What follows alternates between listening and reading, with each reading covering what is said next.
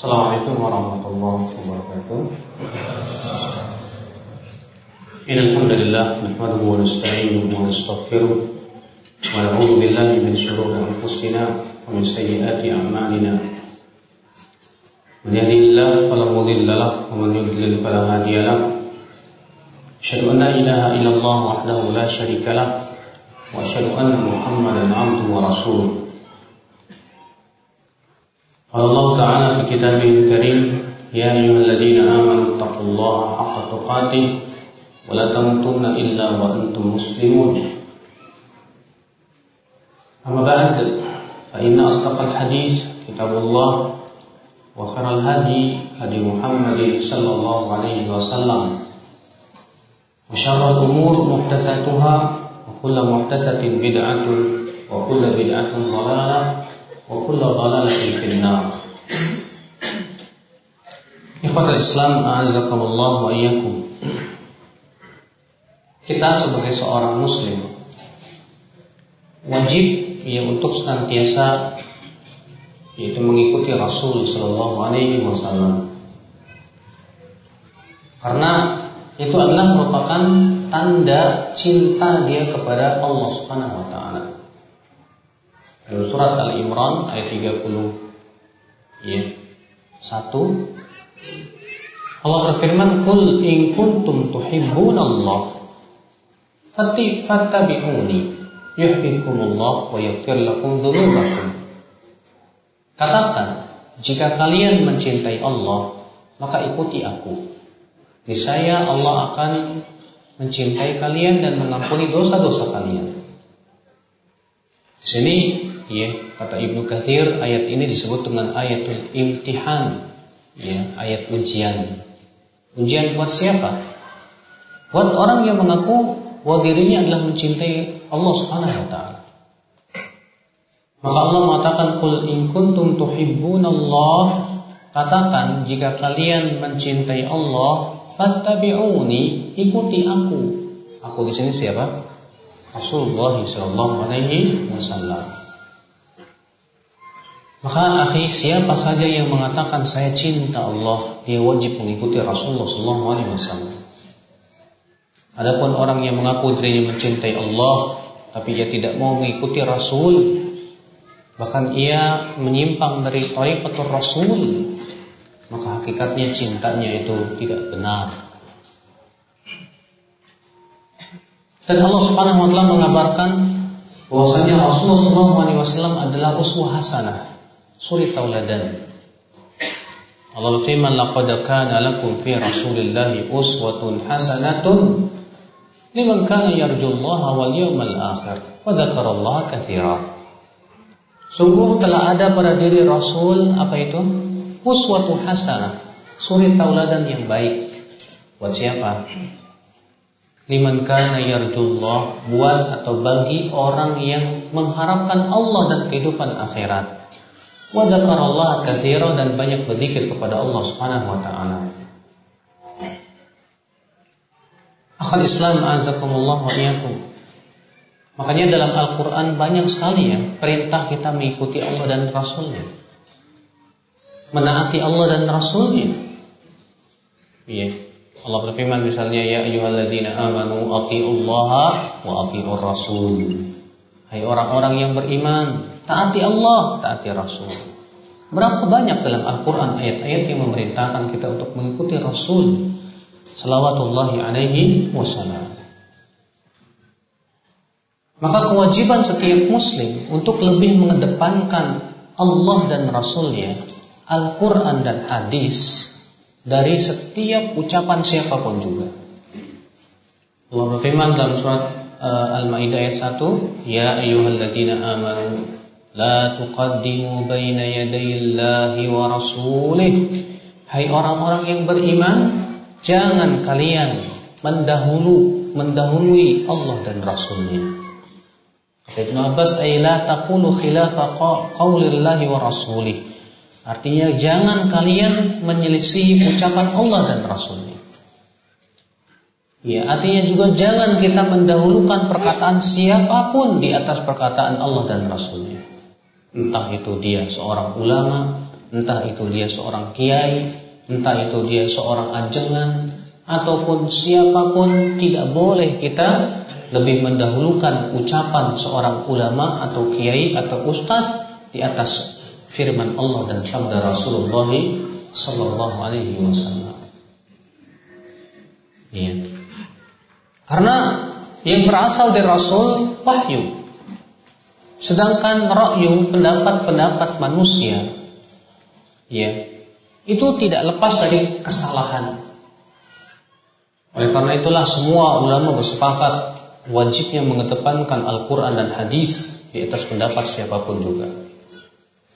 Imam Malik bin Anas berkata apa? Kullun yu'khad wa yutraku qawluhu illa Rasulullah sallallahu alaihi wasallam. Setiap orang boleh diambil dan boleh dibuang pendapatnya kecuali siapa? Rasulullah sallallahu alaihi wasallam. Maka pendapat Rasul wajib diambil. Abu Hanifah mengatakan apa? Idza shahhal hadits fa huwa madhhabi. Apabila hadis telah sahih, maka itulah pendapatku. Itulah madhabku, kata Imam Abu Hanifah. Maka Abu Hanifah mengatakan madhab beliau itu hadis yang sahih. Beliau juga mengatakan idza ja'ana 'ani rasul fa'ala ra'si wal 'ain. Apabila datang kepada kita dari siapa? Dari Rasul, maka di atas mata dan kepala kita harus diterima. Imam Syafi'i masyhur, di mana beliau mengatakan apa? Ajma'al muslimun ala annahu man istabanat lahu sunnatur rasul lam yakun an yada'aha liqauli ahadin. Kaum muslimin semua sepakat bahwa siapa yang sudah jelas kepadanya sunnah Rasulullah, hadis Rasulullah, tidak boleh ia meninggalkan hadis tersebut atau sunnah tersebut hanya karena mengikuti pendapat seseorang. Tidak boleh. Beliau mengatakan idza wajadtum fi kitabi ma yukhalifu qala ar-rasul fal qawlu ma qala ar-rasul fala tuqalliduni, kata beliau. Apabila kalian mendapatkan dalam bukuku ini pendapatku yang berseberangan dengan pendapat Rasulullah, yang kalian ambil adalah pendapat Rasulullah sallallahu alaihi wasallam, kalian jangan taklid membeo kepadaku. Ya. Bahkan dalam satu riwayat yang dikeluarkan Al-Baihaqi, ada seorang yang bernama Ibnu Asad berkata kepada Imam Syafi'i tentang hadis, ya, bahwa Allah nanti akan dilihat oleh kaum mukminin di hari kiamat. Apa kata Imam Syafi'i? Ya Ibn Asad, iqdi ilai haytu aw mittu anna kull haditsin sahha fa inni aqulu bi wa illam yablughni. Wahai Ibnu Asad, nisbatkan kepada saya, baik saya masih hidup ataupun saya sudah meninggal dunia, bahwa hadis apabila telah sahih itu adalah pendapatku walaupun hadis itu belum sampai kepadaku. Masya Allah, ya. Maka Imam Syafi'i rahimahullah memberikan di sini kaidah yang agung, bahwa kita tidak boleh mendahulukan pendapat beliau di atas pendapat Rasulullah sallallahu alaihi wasallam. Ya. Ketika Imam Asy-Syafi'i rahimahullah membawakan hadis-hadis dengan tentang diyatul aqilah, tiba-tiba ada seorang muridnya yang berkata, "Ataqulu bih? Apakah kamu berpendapat dengan hadis tersebut?" Maka Imam Syafi'i marah dan berkata, "Atarani alayya zunnar? Apakah kamu lihat saya ini pakai pakaian pendeta? Apakah kamu lihat saya ini keluar dari gereja sehingga apabila aku menyampaikan hadis Rasul saya tidak berpendapat dengannya?" Masya Allah. Naam ya. Imam Ahmad demikian pula. Imam Ahmad mengatakan la tuqalliduni wa la tuqallidu Malikan wa la tuqallidu Laits wa al-Auza'i walakin khudh min haitsu akhadhu. Kalian jangan taklid kepada saya. Kalian jangan taklid kepada Malik, kepada Laits, kepada Auza'i, kepada Sufyan Ats-Tsauri, tapi ambil dari mana mereka mengambil. Dari mana? Tentu dari Al-Quran dan hadis Nabi sallallahu alaihi wasallam. Inilah akhi yang harus dilakukan oleh seorang muslim. Tidak boleh seorang muslim mengedepankan mazhab siapapun di atas pendapat Allah dan Rasul. Tidak boleh apalagi mewajibkan untuk mengikuti mazhab siapapun kecuali mazhab Rasulullah sallallahu alaihi wasallam. Ya, memang di dunia Islam ini ada 4 mazhab. Mazhab apa? Mazhab Maliki, Hanafi, Hambali dan mazhab Syafi'i. Kenapa terjadi mazhab? Mazhab itu artinya hasil ijtihad dan pendapat. Di zaman Imam Malik, ya, karena pendapat beliau tersebar dan banyak pembela-pembela dan pengikutnya, jadilah terbentuk mazhab. Abu Hanifah pun juga banyak murid-muridnya dan banyak pembela-pembelanya, jadi mazhab. Ya. Kemudian Imam Syafi'i muncul, beliau gurunya murid daripada Imam Malik dan berguru juga kepada muridnya Imam Abu Hanifah yaitu Muhammad bin Al-Hasan. Dan ijtihad beliau pun juga tersebar dan murid beliau banyak sehingga banyak pembelanya, jadi mazhab. Imam Ahmad bin Hanbal muridnya Imam Syafi'i. Iya. Maka beliau pun juga berijtihad dan berpendapat, dan pendapat beliau pun diikuti banyak dan banyak pembelanya, jadi mazhab. Ya, kalaulah seseorang itu wajib mengikuti satu mazhab saja, kenapa Imam Syafi'i tidak ikut satu mazhab saja waktu beliau masih hidup? Kalau enggak mazhab Malik, maka mazhab Imam Abu Hanifah. Tapi beliau berijtihad sendiri yang menyelisihi dua pendapat daripada gurunya tersebut terkadang. Ini menunjukkan semua saksi yang agung kepada kita bahwa setiap kita wajib lebih mengedepankan Allah dan Rasulnya, ya akhwal Islam azakumullah wa iyyakum. Namun tentunya orang-orang yang tidak memiliki keilmuan, orang-orang awam, tentu tidak mungkin bisa memahami Al-Quran dan hadis secara langsung. Karena untuk memahami Al-Quran dan hadis membutuhkan ilmu-ilmu alat. Paham tidak? Apa itu ilmu alatnya? Bahasa Arab, apalagi usul fikih, apalagi kaidah fikih. Ya, belum lagi ilmu balaghahnya, ilmu ma'aninya. Nah sekarang kalau orang awam itu disuruh, ayo silakan pahami langsung Al-Quran, pahami langsung hadis, saya yakin orang awam tidak akan mampu itu. Kalaupun dipaksakan pasti akan menimbulkan pendapat yang aneh dan nyeleneh. Maka orang-orang yang awam yang tidak memiliki dan tidak menguasai ilmu alat tidak boleh langsung memahami istinbat dari Al-Quran dan hadis. Maka kewajiban orang awam itu kata Allah apa? Fas'alu ahla dzikri in kuntum la ta'lamun. Tanya kepada ahlinya jika kamu tidak tahu. Iya. Maka ya akhi azakumullah, ketika kita mengikuti seorang alim, kita berusaha untuk mengetahui dalil-dalil dari si alim tersebut. Antum tanya Ustaz, saya mau tanya permasalahan ini. Ya boleh disebutkan dalilnya Ustaz supaya saya tahu apa dasarnya. Maka Ustaz pun menyebutkan pendapat yang kuat adalah ini, dalilnya ini perkataan ulamanya. Nah ini akal Islam yang seperti ini pun penting, sehingga kita tidak hanya sebatas mengikuti seseorang, tapi juga tahu apa dasarnya, apa alasannya. Ya. Nah disinilah ya akal Islam akan tampak kepada kita apa perbedaan ittiba dengan taklid.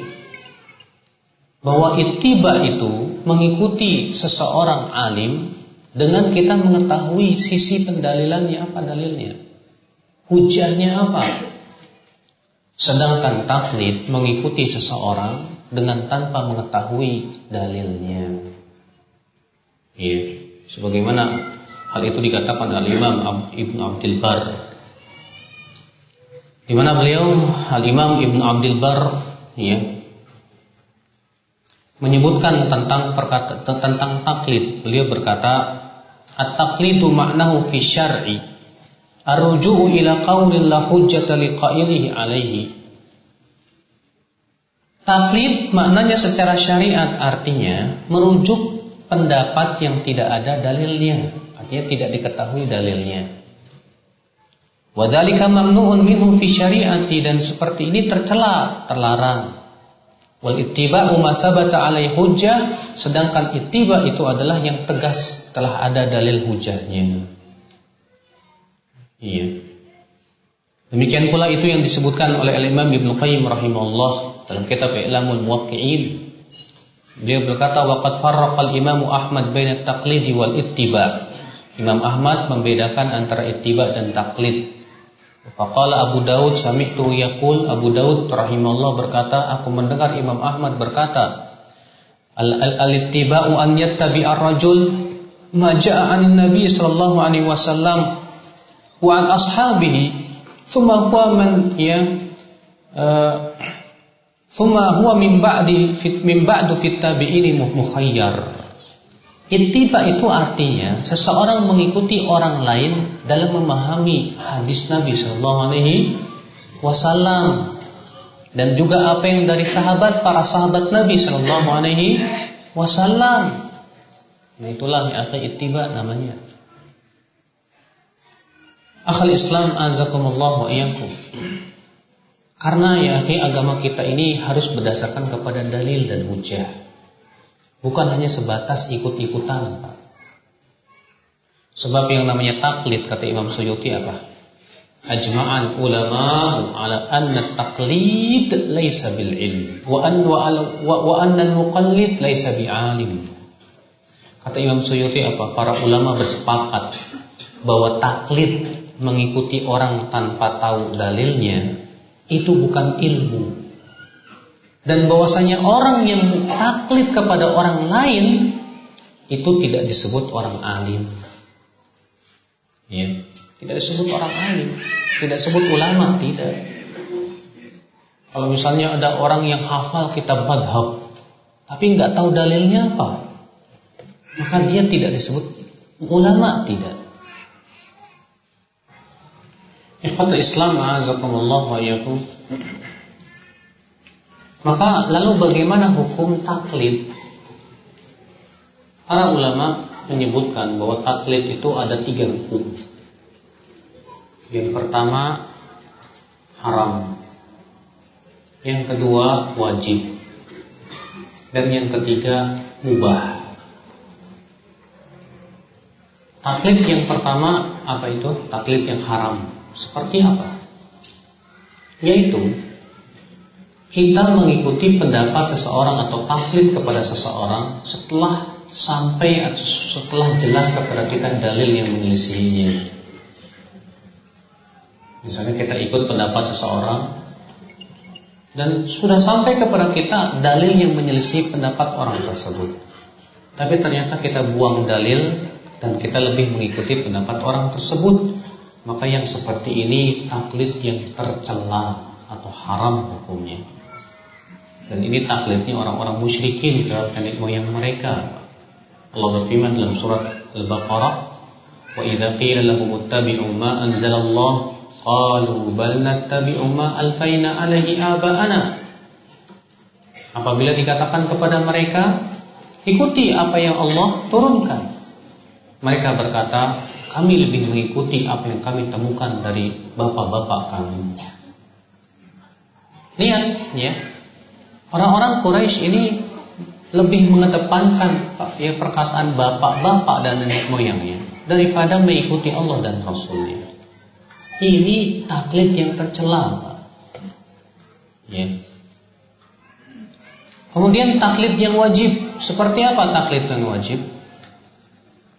Yaitu setiap orang awam yang tidak bisa dan tidak mungkin beristinbat dari dalil, yang tidak mungkin dia dia tidak memiliki dan tidak menguasai dan tidak memahami tentang ilmu-ilmu alat.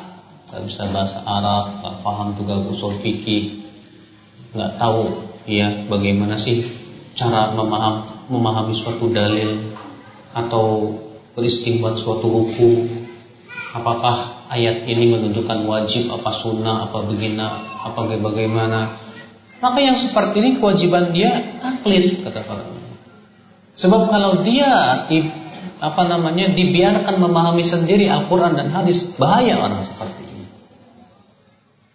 Dia pasti akan menyebabkan pendapat-pendapat yang aneh dan nyeleneh, rancu sekali. Kenapa? Karena dia tidak memiliki ilmu alat untuk memahami Al-Quran dan hadis Nabi Sallallahu Alaihi Wasallam. Makanya ikhwatul Islam azakumullah, ya, kalau misalnya antum tidak paham bahasa ilmu hadis, nggak mungkin kan? Kalau anak bisa ngomong ke antum, coba antum periksa nih hadis saya apa doib. Waduh, gimana cara periksanya Ustaz? Ilmu hadis saja saya belum pernah pelajari. Ya udah terserah gimana caranya. Nggak mungkin. Mau tidak mau antum harus taklid. Nih Ustaz, kata Syekh Albani hadisnya sahih. Ya. Kok kamu tahu Syekh Albani? Iya, di dalam bukunya. Nah, itu namanya taklid, Pak.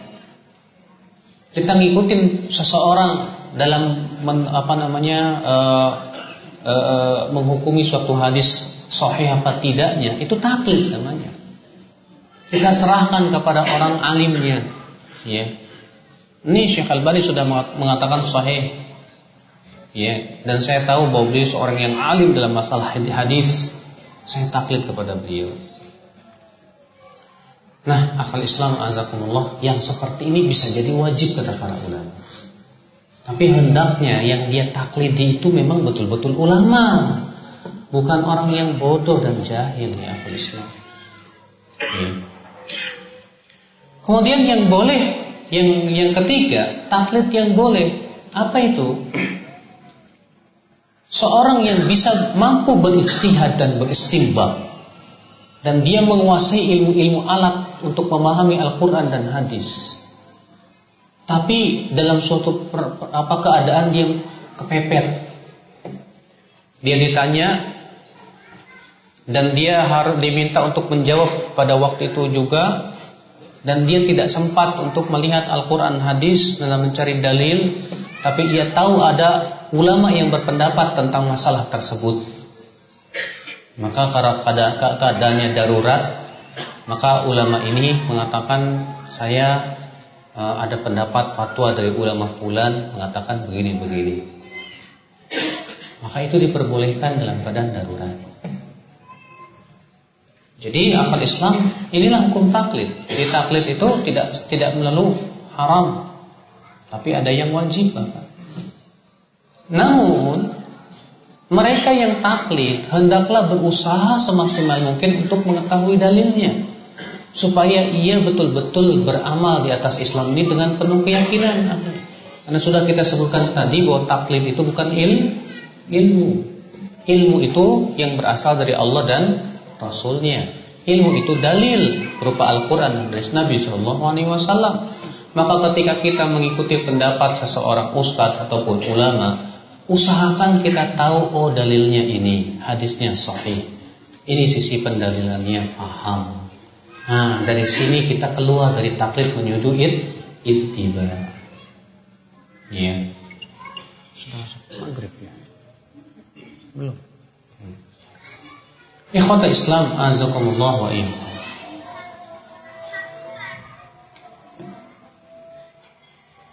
Maghrib jam berapa sih?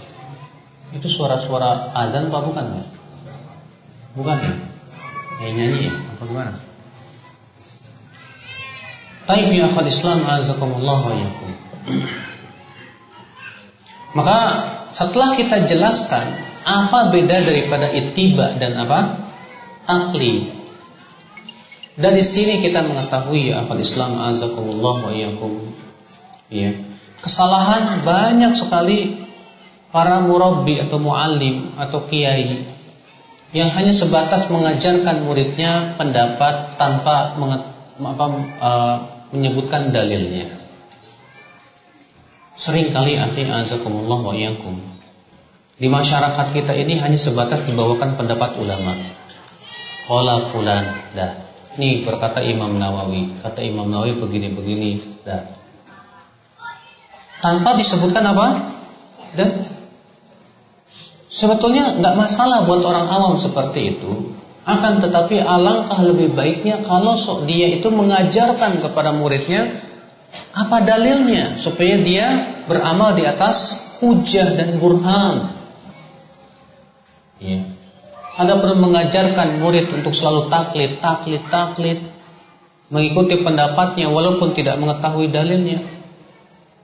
Bahkan saya punya teman, ya, ketika datang kepada salah satu pesantren tradisional di Jawa sana, kemudian dia bertanya kepada kiainya itu, Pak Kiai, dalilnya mana? Apa kata kiai itu? Kamu percuma saya sampaikan dalil, kamu gak bakalan paham. Percuma saya sampaikan dalil kepada kamu, kamu gak bakalan paham. Loh, seharusnya Pak Kiai lah memahamkan murid loh. Kewajiban kiai itu memahamkan bagaimana dalilnya, bagaimana sisi pendalilannya. Begitu seharusnya, bukan mengajarkan orang udah kamu ikut aja lah. Ya, nggak perlu kamu tahu dalil, nggak perlu.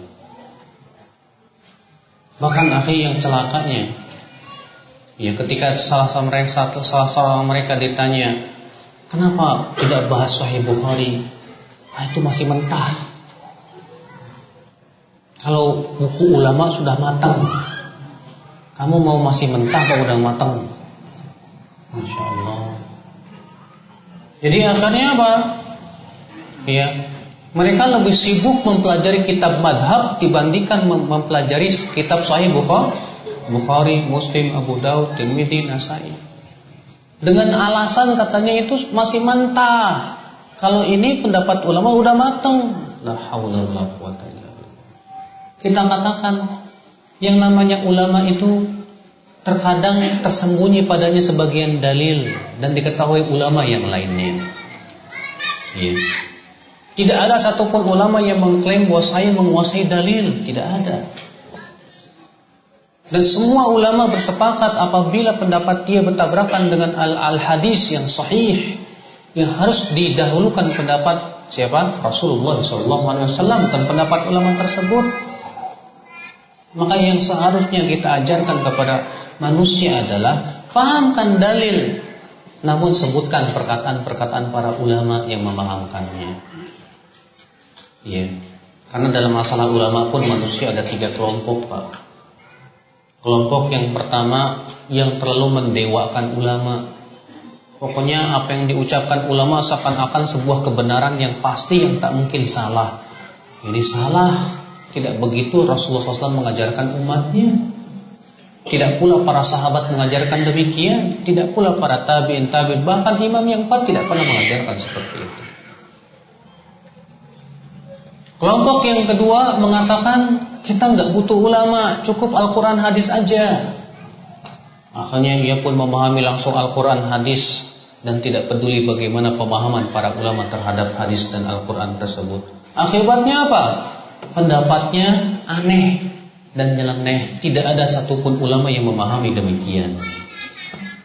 Contoh misalnya suatu kelompok yang mewajibkan baiat kepada kelompoknya yang berdalil dengan hadis apa? Man mata walaysa fi unuqi bai'ah mata mitatan jahiliyah. Siapa yang mati atau meninggal dalam keadaan ia tidak berbaiat, maka matinya bangkai jahiliyah. Dia pahami dengan pemahaman yang salah dari 2 sisi. Sisi yang pertama, dia pahami hadis tersebut untuk imam kelompoknya. Yang kedua, dia pahami bahwa mati bangkai jahiliyah itu adalah mati kafir. Padahal tidak ada satupun ulama yang berpendapat seperti itu. Ya. Para ulama ketika membahas tentang hadis tersebut, seperti Imam Ahmad bin Hanbal dalam riwayat Al-Muhanna, ditanya tentang hadis man mata walaysa alaihi imam mata mitatan jahiliyah. Siapa yang meninggal dalam keadaan tidak punya imam yang ia baiat, maka ia mati bangkai jahiliyah. Apa kata Imam Ahmad? Atadrimal imam, kamu tahu tidak siapa itu imam yang dimaksud dalam hadis tersebut? Wa an yaqula kullu muslim hada imam, yaitu yang setiap muslim mengakui ini imam. Bukan hanya satu kelompok, Pak. Ya.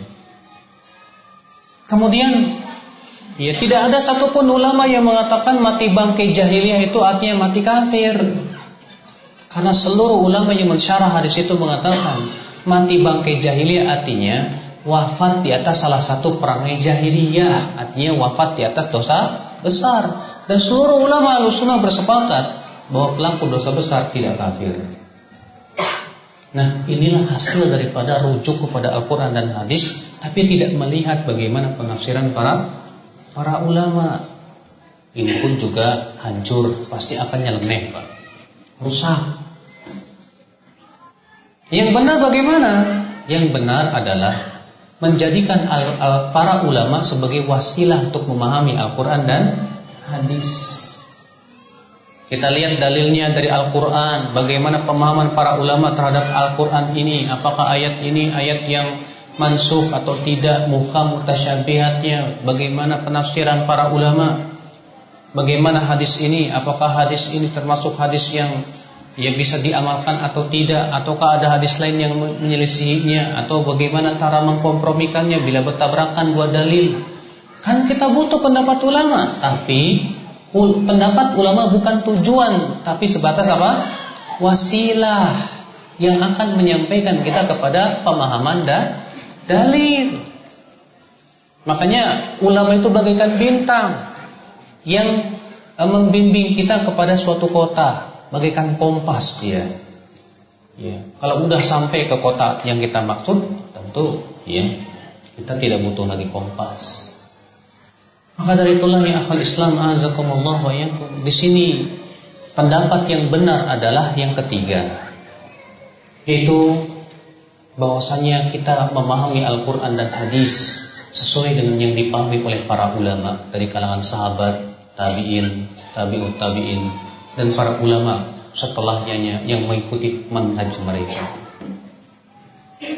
Nah, inilah ya akhi azakumullah sikap yang benar di dalam beragama, di dalam memahami hadis Nabi Sallallahu Alaihi Wasallam. Karena sudah maghrib, kita lanjutkan insyaallah setelah sholat maghrib. Alhamdulillah, wassalatu wassalamu ala Rasulillah Nabi Muhammadin wa alihi wa sahbihi wa man walah. Asyhadu an la ilaha illallah wahdahu la syarika lah wa asyhadu anna Muhammadan abduhu wa rasuluh. Wab'ad, ikhwatul iman, a'azakumullah wa iyyakum.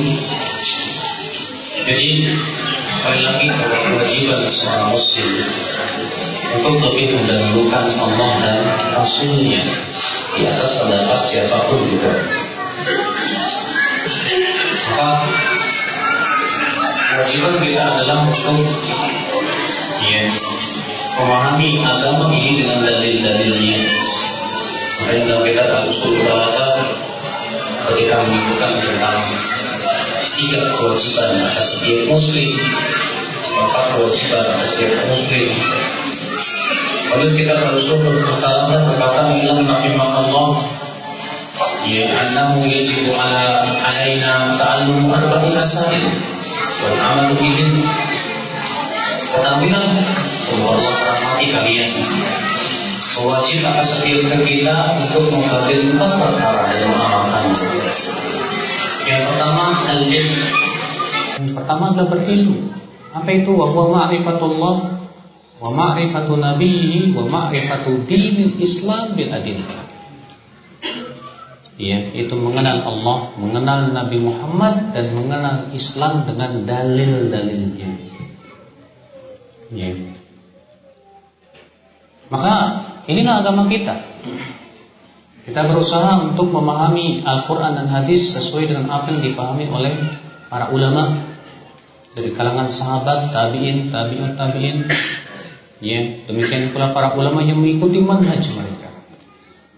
Oleh karena itulah Rasulullah SAW ketika mengabarkan akan terjadinya perpecahan, Rasulullah SAW bersabda, fa innahu man ya'ish minkum fasayara ikhtilafan katsira fa 'alaikum bisunnati wa sunnatil khulafa'ir rasyidin al-mahdiyyin. Addu 'alaiha bin nawajid. Sesungguhnya orang yang hidup di antara kalian nanti akan melihat perpecahan yang banyak. Maka di saat itu hendaklah, kata Rasulullah, kalian hendaklah berpegang kepada sunnahku. Tapi apakah Rasulullah mencukupkan dengan sunnahku saja? Rasulullah SAW menambahkan apa itu? Dan sunnah khulafa'ur rasyidin. Siapa itu khulafa'ur rasyidin? Abu Bakar, Umar, Utsman. Kenapa mereka? Karena mereka ulama sahabat. Mereka orang-orang yang sangat dalam keilmuannya tentang Al-Quran dan hadis. Maka Rasulullah mengatakan, hendaklah kalian di saat terjadi perpecahan itu berpegang kepada sunnahku. Tapi Rasulullah tidak mencukupkan. Beliau mengatakan, dan sunnah khulafa'ur rasyidin al-mahdiyyin. Ini menunjukkan bahwa kita sangat membutuhkan pemahaman para ulama dalam memahami Al-Quran dan hadis Nabi Sallallahu Alaihi Wasallam. Ya. Namun ingat, para ulama, ya, itu kita jadikan sebagai wasilah, bukan tujuan. Kita jadikan parameternya ke Al-Quran dan hadis. Ya. Maka kita nilai pendapat ulama dengan Al-Quran dan hadis, bukan Al-Quran dan hadis, ya, kemudian malah dibenturkan dengan pendapat ulama. Makanya Imam Ad-Dhahabi menyebutkan sebuah syair. Beliau mengatakan, al-ilmu qala Allah qala Rasul wa qala as-sahabah wa laysa bitamwih. Mal ilmu nasbuka khilafi safahatan bainan nassi wa baina ra'i faqih. Ilmu itu apa? Ilmu itu hakikatnya adalah firman Allah, sabda Rasulullah, dan apa yang dipahami oleh para sahabat, bukan yang dibuat-buat. Bukanlah ilmu itu engkau mempertentangkan antara dalil dan pendapat ulama. Bukan seperti itu ilmu. Maka kalau misalnya para ulama berbeda pendapat, yang harus kita lihat apa? Dalil. Allah mengatakan, fa in tanaza'tum fi syai'in farudduhu ila Allahi war Rasul. Jika kalian berselisih, kembalikan kepada Allah dan Rasulnya. Tidak ada satupun ayat mengatakan kalau kalian berselisih, kembalilah ke mazhab masing-masing. Tidak ada. Kalau kalian berselisih, lihat dalil. Yang terjadi di masyarakat kalau terjadi perselisihan apa? Sebatas membawakan pendapat ulama yang setuju saja, tanpa menyebutkan hujah dan dalil. Padahal kata Syekhul Islam dalam masalah perselisihan ulama, yang menjadi dalil itu bukan pendapat ulama, tapi yang menjadi hujah itu apa? Ya qala Allah wa qala Rasulullah, firman Allah dan sabda Rasulullah sallallahu alaihi wasallam. Kapan pendapat ulama bisa menjadi hujah? Ya. Kapan? Ketika mereka berijma. Ketika mereka apa? Berijma, bersepakat, semuanya sepakat, dia bersatu padu di atas satu pendapat. Maka ijma ini menjadi hujah, menjadi dalil. Sebagaimana Allah Ta'ala berfirman, "Wa may yushaqiqir rasul min ba'di ma tabayyana lahul huda wa yattabi' ghayra sabilil mu'minin nuwallihi ma tawalla wa nuslihi jahannam wa sa'at masira." Siapa yang menyelisihi Rasul setelah jelas kepadanya petunjuk dan mengikuti selain jalan kaum mukminin, kata Imam Syafi'i, yaitu ijma mereka, kami akan biarkan ia leluasa dalam kesesatannya, dan kami akan bakar ia dengan api neraka, dan itu seburuk-buruknya tempat kembali. Rasul kita yang mulia alaihi wasallam juga bersabda, lan tajtami'a ummati ala dhalalah. Umatku tidak akan bersepakat di atas kesesatan. Jadi nggak mungkin kesepakatan para ulama itu sesat, nggak mungkin. Maka ketika para ulama seluruh dunia, ya, bukan ulama Indonesia saja, ya, atau ulama negara tertentu, tidak. Maka apabila seluruh ulama dunia bersepakat di atas satu pendapat, maka itu ijma, dan itu hujah, dalil. Tapi kalau ulama itu berbeda pendapat, maka pendapat ulama bukan dalil untuk pendapat ulama yang lainnya. tapi dalil adalah Al-Quran dan hadis Nabi Sallallahu Alaihi Wasallam. Semoga yang saya sampaikan bermanfaat dan semakin memahamkan kepada kita tentang pentingnya ittiba, pentingnya kita mengikuti Al-Quran dan hadis yang sahih, ya, dan sesuai dengan apa yang dipahami oleh para ulama Islam. Wabillahi taufiq. Apakah mengikuti pendapat jumhur ulama masih disebut taklid? Ini kayaknya belum paham nih masalah taklid itu apa. Kan sudah saya sebutin, taklid itu adalah mengikuti orang lain tanpa mengetahui dalil. Sekarang kalau antum ikut jumhur ulama nggak tahu dalilnya, itu namanya apa? Taklid bukan? Ya taklid. Itu namanya apa? Taklid. Ya. Jadi apa bedanya taklid sama ittiba? Jadi antum ngedengerin nggak sih tadi? Apa bedanya taklid sama ittiba? Ittiba itu ngikutin seseorang dengan mengetahui dalil, sedangkan taklid itu mengikuti orang lain tanpa dalil. Nah sekarang kalau antum ikut jumhur ulama, tahu nggak dalilnya? Nggak tahu Ustaz, pokoknya itu jumhur. Nah itulah taklid. Apa bedanya mudahana dan mutasahil? Mudahana itu mengorbankan agama untuk kepentingan dunia, sedangkan mutasahil itu terlalu longgar dan bermudah-mudahan. Longgar nggak boleh dalam agama, ya. Bersikap terlalu longgar dalam agama nggak boleh, itu sebut sikap tafrid. Makanya Islam itu antara ifrat dan tafrid, antara terlalu berlebihan dan antara terlalu bermudah-mudahan. Tapi Islam itu tengah-tengah antara itu dan ini. Maka kalau mudaroh seperti yang saya sebutkan kemarin, ya, boleh terkadang kita tersenyum kepada ahli bid'ah untuk apa? Kemaslahatan agama dan dunia, atau menghindari mudarat dia. Itu bukan mutasahil, akhi. Karena itu kaidah yang ditunjukkan oleh dalil. Tapi tetap, ya, kaidah itu ada apa? Batasan-batasannya. Makanya sudah itu kembali kepada pembahasan kemarin, masalah keras dan bersikap lemah lembut. Tetap dilihat kepada maslahat dan mudarat. Dan tujuannya untuk memberikan hidayah kepada manusia. Kalau kita kan senangnya, wah, ini manhaj yang harus kita lakukan, pokoknya hajar semua ahli bid'ah, sono hajar. Ya, di kampung antum ahlu sunnah cuma antum doang. Mau menghajar, ya semuanya orang tinggal aja di hutan sendiri, Mas. Sulit. Kita harus mendakwahi manusia dengan lemah lembut, dengan akhlakul karimah. Iya.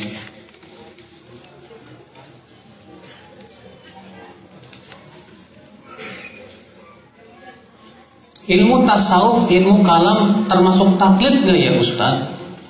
Ilmu tasawuf itu apa sih? Tasawuf itu Pak muncul di akhir abad ketiga Hijriah. Di mana tasawuf dari kata-kata tasawwafa ya tasawwafu, ya, tasawufan. Asalnya dari kata suf, kain wol. Di mana orang-orang sufi dulunya itu merasa bangga dengan pakaian yang terbuat dari kain wol yang kasar. Dan keyakinan ini diambil dari Nasoro, di mana mereka mengatakan bahwa Nabi Isa dahulu memakai kain wol. Padahal ini keyakinan yang salah. Di mana kemudian tasawuf tadinya tujuannya ingin meninggalkan dunia, tapi kemudian setelah masuk padanya ilmu kalam dan filsafat, tasawuf menjadi semakin jauh dari kebenaran. Akibatnya apa? Orang-orang tasawuf punya keyakinan bahwa katanya wali lebih tinggi daripada Nabi dan Rasul. Jadi katanya wali itu lebih hebat daripada Nabi dan Rasul. Bahkan salah satu pentolan tasawuf mengatakan apa? Maqamun nubuwwati fil barzakhi fuwaiqar rasuli wa dunal wali. Tempat Nabi di alam barzakh itu di atas Rasul, di bawah wali. Jadi Nabi itu di atas Rasul, di bawah wali. Berarti yang paling tinggi apa? Wali, setelahnya Nabi, setelahnya Rasul. Kalau kita Ahlussunnah wal Jamaah, keyakinan kita yang paling tinggi apa? Rasul, di bawahnya Nabi, kemudian di bawah lagi siapa? Wali. Mereka balik gitu. Sampai-sampai mereka terkadang bahkan tidak bisa membedakan antara wali dengan Allah. Karena mereka punya keyakinan Allah itu bersatu dengan para wali. Iya. Makanya terkadang di Indonesia ini masih ada Pak, dan kita kentara terlihat keyakinan tasawuf itu. Ya. Pokoknya apa kata kiai itu pasti benar, gak mungkin salah. Kenapa? Karena kiai itu wali. Wali itu di dadanya malaikat, gak mungkin salah. Bahkan ya, ketika mereka melihat salah seorang kiai mereka minum arak, apa kata mereka? Oh beda. Para wali itu kalau minum arak sampai ke kerongkongan berubah jadi air tawar. Iya benar Pak. Ada keyakinan seperti itu. Masya Allah. Yang musibah. Maka tasawuf hakikatnya apa? Hakikatnya mempertuhankan wali, mendewakan apa? Wali. Mereka nggak mau ikut dalil Al-Quran dan hadis, bahkan mereka mencela para ahli hadis. Apa kata orang sufi kepada orang-orang yang mempelajari hadis? Sanad kami lebih tinggi dari sanad kalian. Kalian sanadnya dari mayat ke mayat. Haddatsana fulan dan mati, an fulan sudah mati. Sedangkan sanad kami bercerita kepada kami hati kami dari Jibril, dari Allah Subhanahu wa taala. Akhirnya apa? Kalau sudah seperti ini nggak perlu hadis, nggak perlu Al-Quran. Jadi tujuannya untuk menghancurkan Islam sebetulnya. Sehingga akhirnya kita tidak butuh Al-Quran, nggak perlu hadis, cukup apa kata wali. Yang dikatakan wali nggak mungkin salah. La haula wala quwwata illa billah. Sedangkan Ahlussunnah mengatakan wali Allah manusia biasa yang tak lepas dari kesalahan. Allah berfirman, Rasulullah sabda, kullu bani Adam khata', setiap anak Adam pasti pernah bersalah. Wa khairul khata'ina at-tawwabun, dan sebaik-baik orang yang bersalah itu adalah yang segera bertaubat kepada Allah. Apa itu ilmu kalam? Ilmu kalam muncul ketika ilmu filsafat telah mulai tersebar di kalangan kaum muslimin, di mana ilmu filsafat itu diterjemahkan ke bahasa Arab di zaman Khalifah Ma'mun. Maka kemudian bangkitlah sebagian ulama kaum muslimin untuk membantah ilmu filsafat, tapi dengan akal juga, sehingga muncullah ilmu kalam. Iya. Jadi ilmu kalam itu sebetulnya sebagai tandingan ilmu filsafat. Tapi kesalahannya yang fatal adalah ilmu kalam pun hanya berdasarkan akal dan pendapat. Akibatnya apa? Mereka memahami Allah pun dengan akal. Ya. Maka kemudian akhirnya terjadilah yang terjadi, kerusakan yang dahsyat dalam akidah kaum muslimin. Kenapa? Karena lebih mendewakan akal. Bahkan Fakhrur Razi yang mengatakan kalau bertabrakan akal dan dalil, yang harus didahulukan akal. Maka ini pendapat yang sesat ya. Karena bertabrakan dengan ayat ya ayyuhalladzina amanu la tuqaddimu baina yadayillahi wa rasulih. Hai orang-orang yang beriman, jangan mendahului Allah dan Rasulnya. Akal itu di bawah dalil, akhi. Kewajiban akal itu untuk memahami Al-Quran dan hadis, bukan untuk menggurui Al-Quran dan hadis, bukan untuk menentang Al-Quran dan hadis. Makanya tasawuf dan ilmu kalam ini buang, Pak. Sampai-sampai Imam Syafi'i mengatakan, la an yubtalal abdu bi kulli dzambin siwa syirk. Seseorang diuji dengan seluruh dosa selain syirik lebih ringan dibandingkan dengan diuji dengan ilmu kalam. Sampai Imam Syafi'i mengatakan, hukmi fi ahlil kalam, hukuman saya buat orang-orang yang mempelajari ilmu kalam itu dipukul dengan pelepah-pelepah kurma, kemudian diarak ke desa-desa sambil dikatakan, ini hukuman orang yang belajar ilmu kalam. Kita nggak butuh ilmu kalam, Pak. Iya, kita tidak membutuhkan ilmu kalam. Bagaimana hukum memasang foto di sosial media? Apa tujuannya? Apalagi kalau akhwat, bahaya, nggak boleh, haram. Tapi untuk ikhwah, saya tanya, tujuannya apa? Apa tujuannya? Pengen disebut ganteng? Ya. Mas, kalau orang ganteng mah udah nggak perlu pujian orang, Mas. Ya. Apa sih maksudnya antum pasang di media sosial tuh fotonya gitu loh?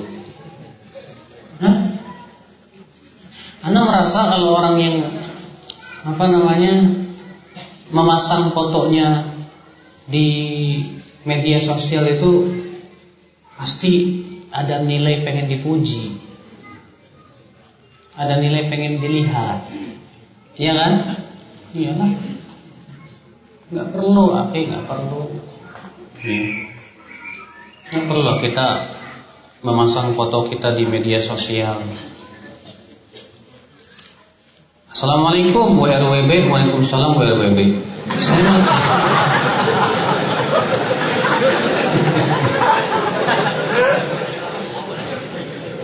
Ya kalau antum malas ya, ana juga malas ya.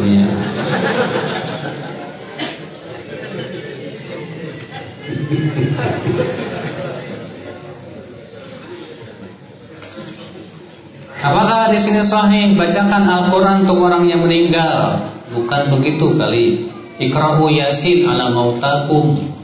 Bacakan Yasin atas orang yang meninggal di antara kalian. Hadis ini memang sebagian ulama mengatakan hasan. Namun yang rajih hadis ini lemah. Kenapa? Karena di dalam sanadnya ada dua perawi yang majhul. Abu Uthman bukan An-Nahdi dan ayahnya. Ya. Bagaimana cara seorang anak menasihati ibunya agar mengenal sunnah Nabi? Menasihatinya dengan cara berbakti. Perlihatkan dong baktinya dia kepada orang tuanya. Ya, semakin mengenal sunnah, semakin bakti sama orang tua, sama ibu, Masya Allah. Ibu pun juga akan berpikir, ini anak saya habis ngaji kok tambah Masya Allah luar biasa. Kamu ngaji di mana, nak? Ini enggak, ya. Pas habis ngaji sunnah, lagi semangat, ibunya nggak kenal sunnah malah dipelototin. Bu, itu bid'ah, tahu? Waduh, jangan begitu. Ya. Mendakwahi orang tua lebih lembut, lebih bagus. Justru perlihatkan bakti kita kepada orang tua. Ya, semakin santun sama orang tua, semakin tawadu kepada orang tua, karena itu yang diperintahkan oleh Al-Quran dan hadis Nabi SAW. Dan itu yang diperintahkan oleh Rasulullah SAW. Semakin kita sangat dekat dengan orang tua kita. Jangan pakai tangan kiri, Pak.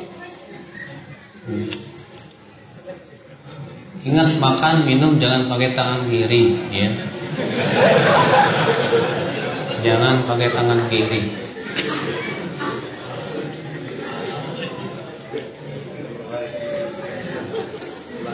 Baik ya ikhwah, azakumullah wa iyyakum.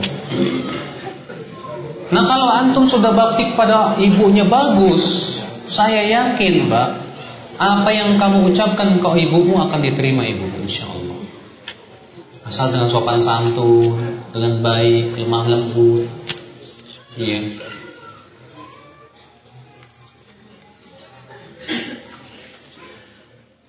Saya mau tanya Ustaz, apakah puasa Asyura bisa dilaksanakan tanggal 9, 10, 11 Muharram? Demikian memang yang difatwakan oleh para ulama seperti Ibnu Hajar Asqalani dan para ulama seperti Syekh Shalih Fauzan, bahwa puasa Asyura itu ada 3 martabat. Martabat pertama tanggal 10 saja. Martabat kedua tanggal 9 dan 10 atau 10 dan 11. Martabat yang ketiga 9, 10, 11. Dan mereka mengatakan ini yang paling utama. Itu yang difatwakan oleh para ulama. Ya. Dan Nabi SAW bersabda, kalau aku masih ada kesempatan hidup di tahun yang akan datang, la asumannatasi, aku akan berpuasa tanggal 9 insyaallah. Apa tujuannya? Tujuannya untuk menyelisih ahlul kitab. Ya. Maka kalau kita puasa tanggal 9 dan 10 saja sesuai sunnah. Sudah sesuai apa? Sunnah. Kalau tanggal 9-nya nggak sempat, ya 10, 11-nya. Ya. Dan saya dengar katanya untuk tanggal 10 ini nanti jatuh di hari Jumat ya. Berarti yang hari Kamisnya harus puasa. Kenapa? Supaya kita tidak jatuh kepada menyendirikan puasa di hari Jumat. Berarti Kamisnya harus puasa. Iya.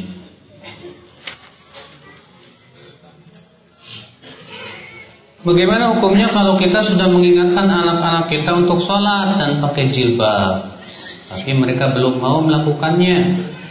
Apakah dosanya terus mengalir ke kita, Ustaz? Ya enggak lah, Pak.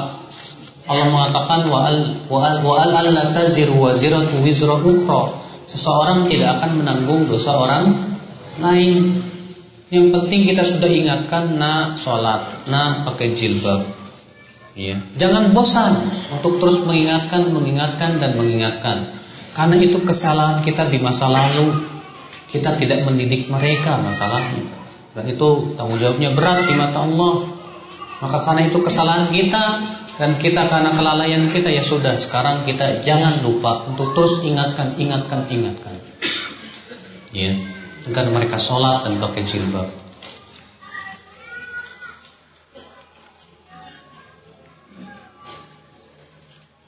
Apa yang dimaksud dengan Ikhwanul Muslimin? Kenapa mereka dicela itu, Ustaz?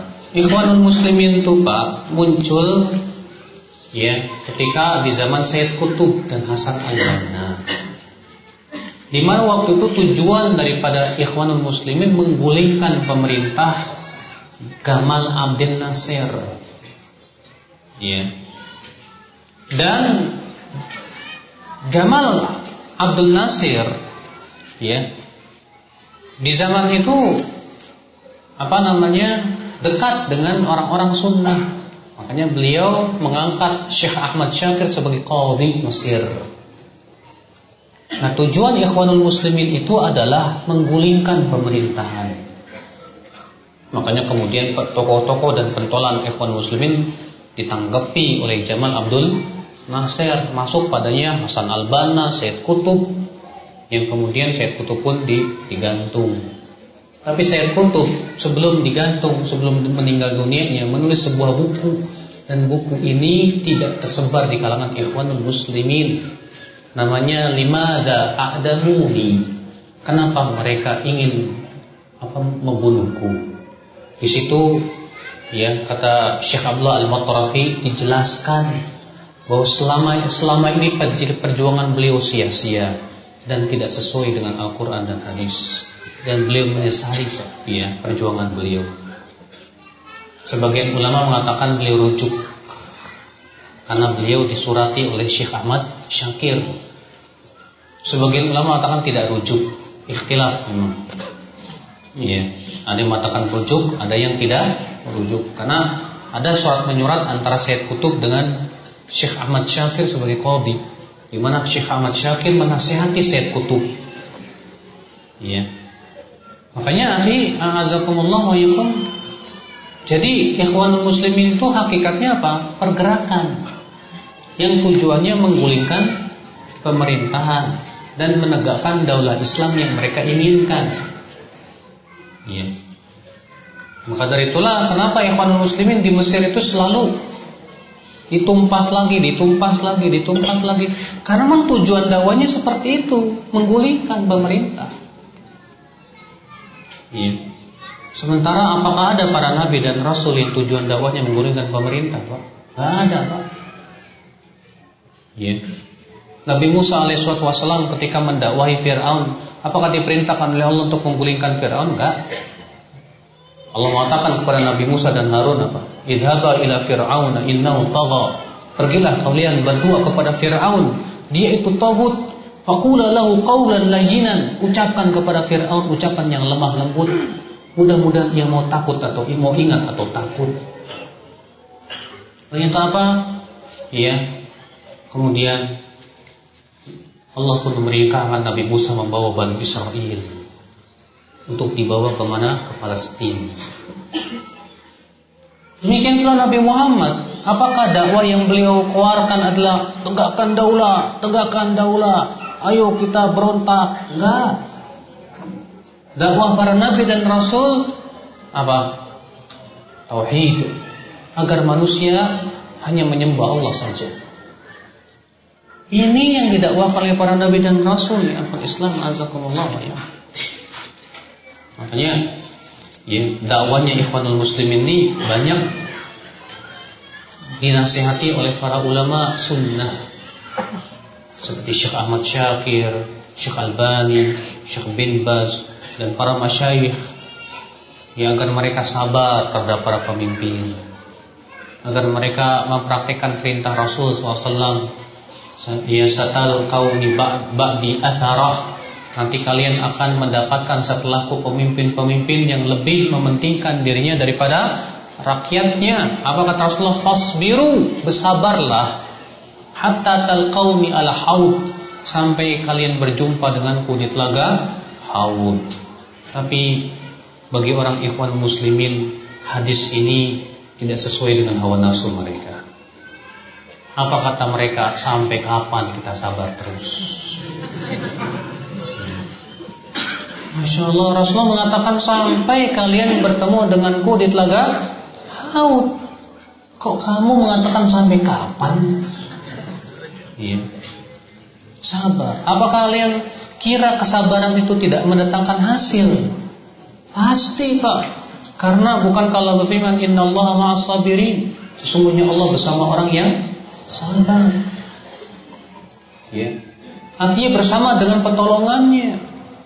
Namun sabar bukan berarti diam, tidak.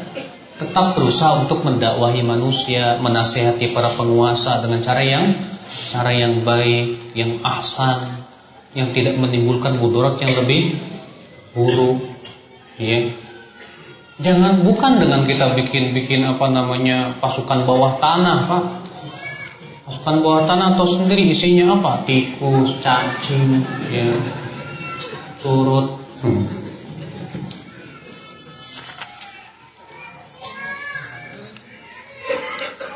Tentang organisasi yang bergerak di bidang dakwah, apa diperbolehkan dalam Islam atau tidak, Ustaz?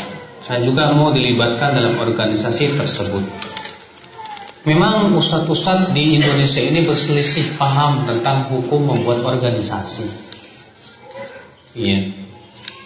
Walaupun sebetulnya ini masalah-masalah yang sifatnya duniawiyah, sedangkan masalah dunia pada asalnya boleh-boleh saja.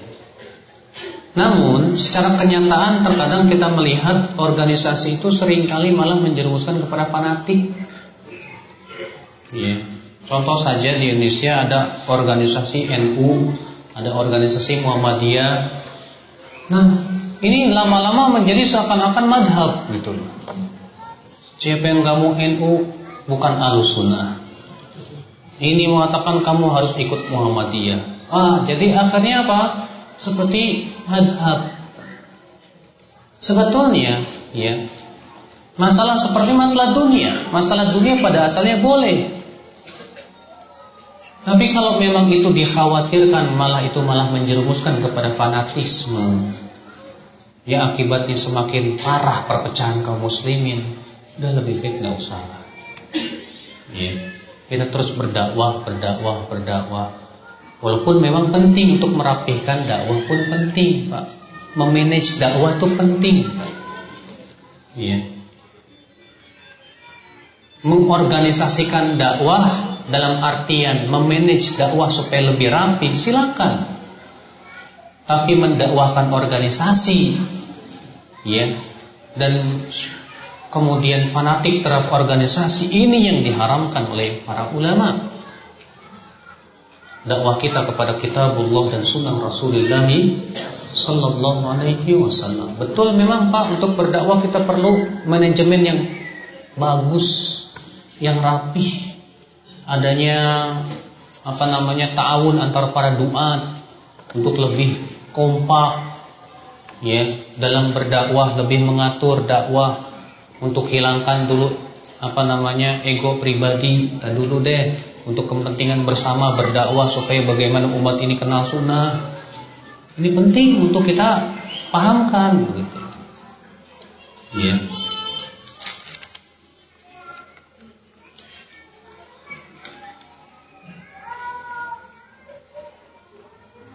Ana pengen banget Ustaz belajar memahami manhaj salaf ini. Namun ana terkendala dengan keadaan ana, tempat ana hampir gak ada orang yang kenal sunnah Ustaz. Masya Allah. Datang ke majelis ilmu juga sangat terbatas dan jaraknya dengan jarak, dan ana hanya seorang diri. Masya Allah. Kalau antum seorang diri, antum di atas sunnah, terasing di masyarakat, antum masuk dalam hadis Nabi, Innal Islam bada'a ghariban wa sayaudu ghariban kama bada'a fatuba lil ghuraba. Islam dimulai dalam keadaan terasing dan nanti akan kembali menjadi asing. Maka berbahagialah pohon tuba di surga bagi orang yang terasing karena menghidupkan sunnah Nabi sallallahu alaihi wasallam. Kata para ulama, la tastauhish biqillatis salikin. Jangan merasa kesepian dengan sedikitnya orang yang memegang sunnah, jangan. Ya. Karena bagi antum ini keutamaan, akhi. Antum yang memulai kebaikan di tempat antum. Ya, kalau antum yang memulai sunnah, memulai kebaikan, kemudian diikuti orang-orang, berapa banyak pahala yang akan antum dapatkan. Kata Rasulullah, man sanna fil islami sunnatan hasanah falahu ajruha wa ajru man amila biha min ghairi an yunqasa min ujurihim syai'a. Siapa yang memulai sunnah atau tata cara yang baik dalam Islam, maka ia mendapatkan pahalanya dan pahala orang yang mengikutinya tanpa dikurangi dari pahala mereka sedikit pun juga. Tapi antum jangan eksklusif. Dalam artian karena antum merasa di atas sunnah, akhirnya antum sama masyarakat jadi apa? Jadi nggak akrab, nggak mau senyum, malah cemberut bisanya. Jangan. Tetap tersenyum ke masyarakat, tetap bermasyarakat dalam perkara yang baik, ya. Tetap kita berta'awun dalam bir wa taqwa, ya, dalam kebaikan dan kebajikan. Bermasyarakat biasa. Jangan hanya karena kemudian antum ngikutin sunnah, kemudian antum malah eksklusif. Jangan. Habis Ustaz, saya dijauhi sama mereka, dituduh saya ya golongan sesat. Sabar. Sabar, memang berpegang kepada sunnah itu terkadang ada saja rintangan-rintangan. Itu insya Allah besar pahalanya buat antum. Tapi tetaplah antum berakhlakul karimah kepada mereka. Tetap antum berbuat baik kepada mereka, ya. Supaya apa? Supaya mereka faham bahwa inilah sunnah, bahwa sunnah itu indah, ya.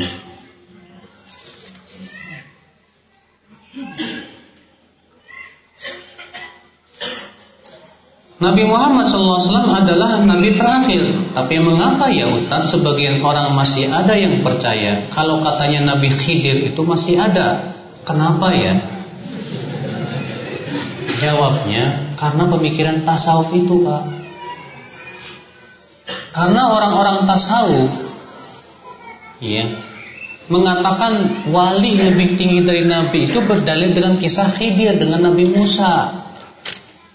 Kata mereka Khidir itu wali, tapi ternyata Nabi Musa belajar ke Khidir, sehingga akhirnya apa? Dan Khidir tidak mengikuti syariat Nabi Musa. Ini menunjukkan bahwa wali tidak ada kewajiban mengikuti syariat para nabi. Sehingga apa yang terjadi ya akhwat Islam, dari pemahaman yang salah inilah muncullah ya keyakinan-keyakinan yang salah.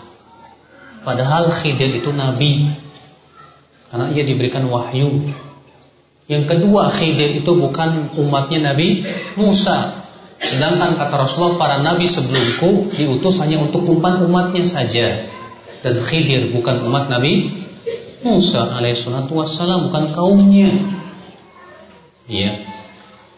Yang kedua, Khidir sudah wafat. Adapun hadis-hadis yang digunakan oleh sufi, orang-orang tasawuf, ya, sufi, ya, bahwa katanya Rasulullah pernah ketemu Khidir di Arafah, ya, bersama Nabi Ilyas. Itu semua hadis-hadis palsu, bualan orang sufi, ya. Itu semua hadis palsu, ya. Bualan orang sufi itu. Tidak ada. Makanya yang sahih, Khidir sudah meninggal dunia. Sebab Rasulullah bersabda, "Lau kana Musa hayyan ma wasi'ahu illa tibai."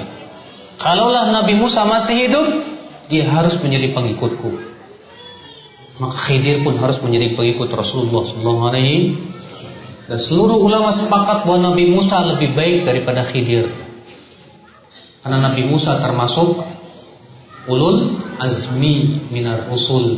Siapa itu? Nabi Nuh, Nabi Ibrahim, Nabi Musa, Nabi Isa, dan Nabi Muhammad SAW. Sedangkan Khidir tidak termasuk ulul azmi minar rusul. Dan ia pun bukan Rasul. Ya. Lah Rasulullah SAW saja mengatakan kalaulah Musa masih hidup, dia harus mengikuti dan menjadi pengikutnya.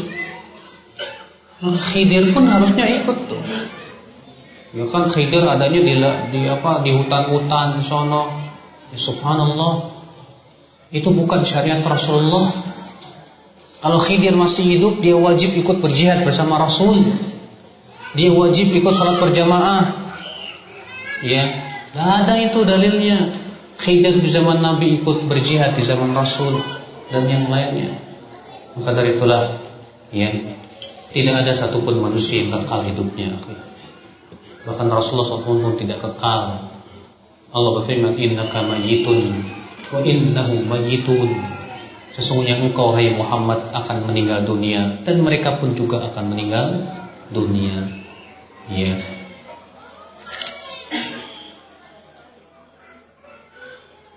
Bagaimana hukumnya taklid kepada pemimpin yang tidak menggunakan hukum Allah?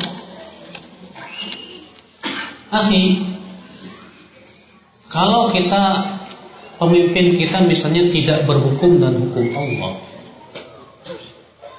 maka kita lihat pertama, mereka melarang kita sholat enggak? Enggak dilarang. Mereka melarang kita perempuan pakai jilbab enggak? Enggak melarang.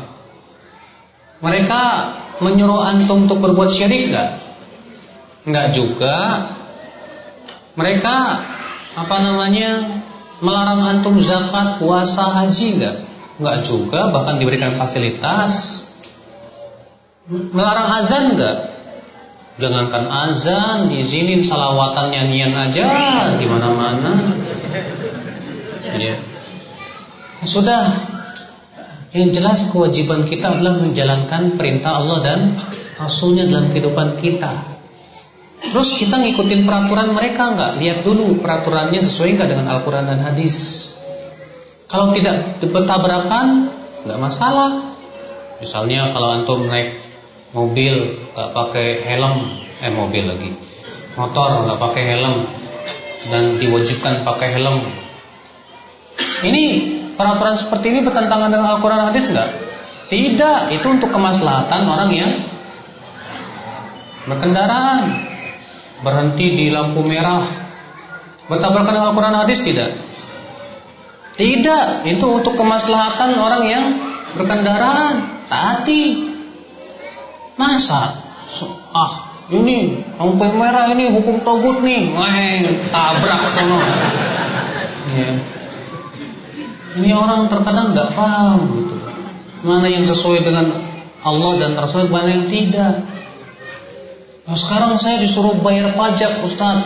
Pajak kan nggak ada hadisnya dari Rasul. Nah sekarang kalau antum nggak bayar pajak, mau ditilang sama polisi? Iya, bayar nggak masalah kata para ulama. Kalau itu untuk keperluan untuk mobil dan yang lainnya, itu untuk kita butuhkan, silakan. Iya. Apa kita perlu memberontak? Ngapain memberontak, Mas? Memberontak itu tidak ada maslahatnya. Memberontak itu malah menimbulkan mudarat yang lebih besar. Jadi gimana dong? Lebih baik kan kita dekati mereka, dakwahi mereka, supaya mereka mau mengenal Islam, mengenal Allah, mengenal Rasul. Nah kalau mereka kita doakan, ya Allah berikan hidayah pemimpin saya. Ternyata Allah kabulkan doa kita, dia paham sunnah, dia membela sunnah. Untung nggak? Untung Pak, untung. Daripada kita musuhin mereka, nggak ada manfaatnya juga musuhin mereka Pak. Oh mereka juga orang Islam, mereka juga sholat, mereka juga mencintai Allah dan Rasulnya, mereka juga beriman kepada Allah dan kehidupan akhirat. Nah kewajiban kita adalah berusaha untuk mendakwahi mereka, memahamkan mereka, ya, mengenalkan mereka kepada sunnah Rasul Sallallahu Alaihi Wasallam. Ini kewajiban kita. Kadang ada orang Pak senangnya mengkafir-kafirkan aja. Ya. Itu pegawai negeri kafir. Benar Pak, benar. Itu yang sekolah di sekolah negeri kafir semua itu. Sampai pernah dia itu ketemu sama saya. Ya saya bilang Assalamualaikum. Apa jawabnya? Waalaikum. Kenapa? Dia menganggap saya kafir, halal darahnya. La ilaha illallah. Kalau sudah halal darah, sudah kafir berarti halal darah. Itu benih-benih pemikiran teroris, bahaya. Ya. Maka dari itulah ya akhi azakumullah, sebaik-baiknya petunjuk Rasulullah Sallallahu Alaihi Wasallam. Lihat Rasulullah SAW ketika beliau di Mekah menghadapi tirani Quraisy, apakah Rasulullah sibuk mengkafir-kafirkan mereka atau sibuk mendakwahi mereka? Sibuk mendakwahi mereka, dakwahi supaya mereka faham, supaya mereka kenal sunnah, supaya mereka mengenal tentang pentingnya kembali kepada ya Allah dan Rasulnya, supaya mereka wafat di atas la ilaha illallah. Itu dakwah tauhid yang kita dahulukan. Makanya sudah saya sebutkan tadi, para nabi dan rasul nggak ada dakwah pertama itu kepada politik dulu, nggak ada Pak. Dakwah Nabi dan Rasul nggak ada. Yang pertama kali mereka dakwakan ekonomi dulu, nggak ada Pak. Iya. Dahulu para Nabi dan Rasul yang pertama kali mereka dakwakan, apakah tegakkan hukum Allah dulu? Enggak juga. Yang mereka serukan pertama kali apa? Wahai kaumku, sembahlah Allah saja. Tidak ada ilah yang berhak disembah kecuali Allah. Bahkan di zaman Nabi ada tidak pemimpin yang tidak berhukum dengan hukum Allah? Ada. Siapa? Najasyi. Najasyi itu masuk Islam dan tidak berhukum dengan hukum Allah. Tapi apakah ketika ia wafat dikafirkan oleh Rasul? Enggak. Bahkan ketika Najasyi meninggal dunia, apa kata Rasulullah? Sesungguhnya teman kalian yang soleh sudah meninggal dunia. Ayo kita sholatkan. Sholat gaib. Tidak dikafirkan oleh Rasul Sallallahu Alaihi Wasallam. Iya.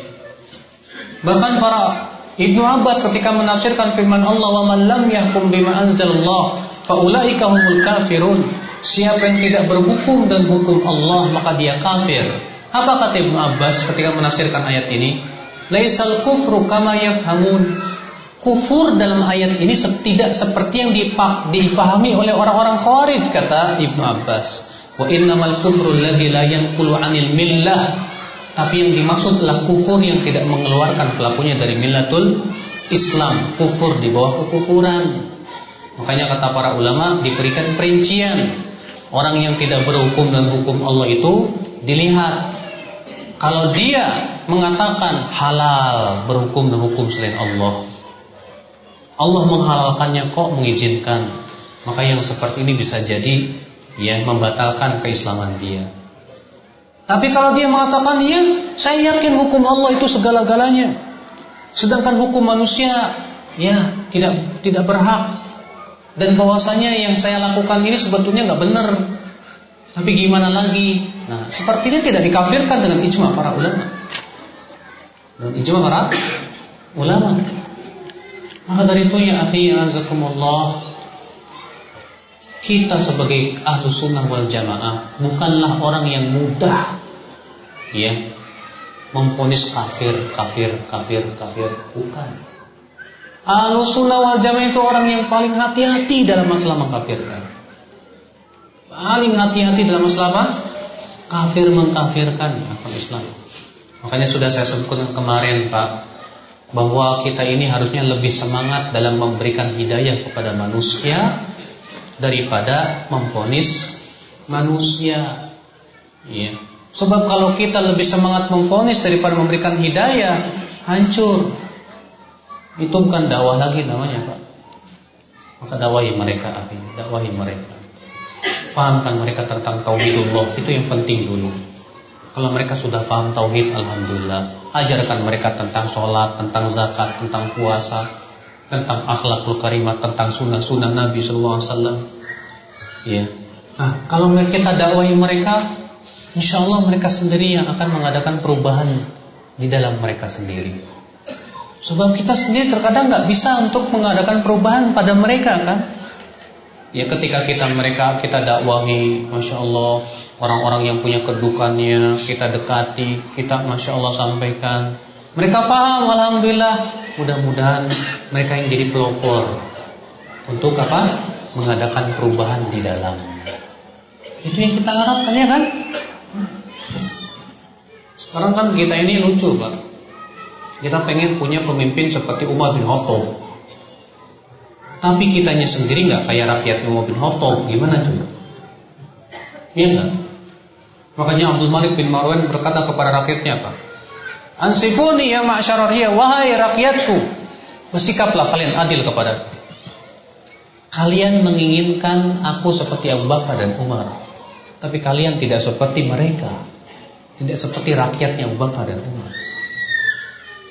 Mustahil Pak.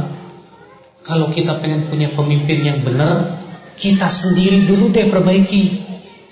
Ya, makanya kata para ulama, pemimpin itu cerminan rakyat. Kalau rakyatnya garong, pemimpinnya garong. Kalau rakyatnya bencong, pemimpinnya bencong. Kalau rakyatnya senang korupsi, pemimpinnya pun juga senang korupsi. Sekarang kita pengen punya pemimpin yang nggak suka korupsi, tapi sampai tingkat RT pun korupsi, gimana coba? Sulit rasanya ya akal Islam. Makanya Allah mengatakan innallaha la yughayyiru ma biqaumin. Sesungguhnya Allah tidak akan merubah suatu kaum sampai mereka merubah dirinya sendiri. Berarti perubahan itu harus dari diri kita sendiri dulu. Dari keluarga-keluarga kita, dari individu-individu kita. Insyaallah ya. Billahi taufik, semoga yang saya sampaikan bermanfaat. Dan mohon maaf bila ada kata-kata yang tak berkenan di hati. Subhanallah wa bihamdik, asyhadu an la ilaha illa anta, astaghfiruka wa atubu ilaik. Assalamualaikum warahmatullahi wabarakatuh.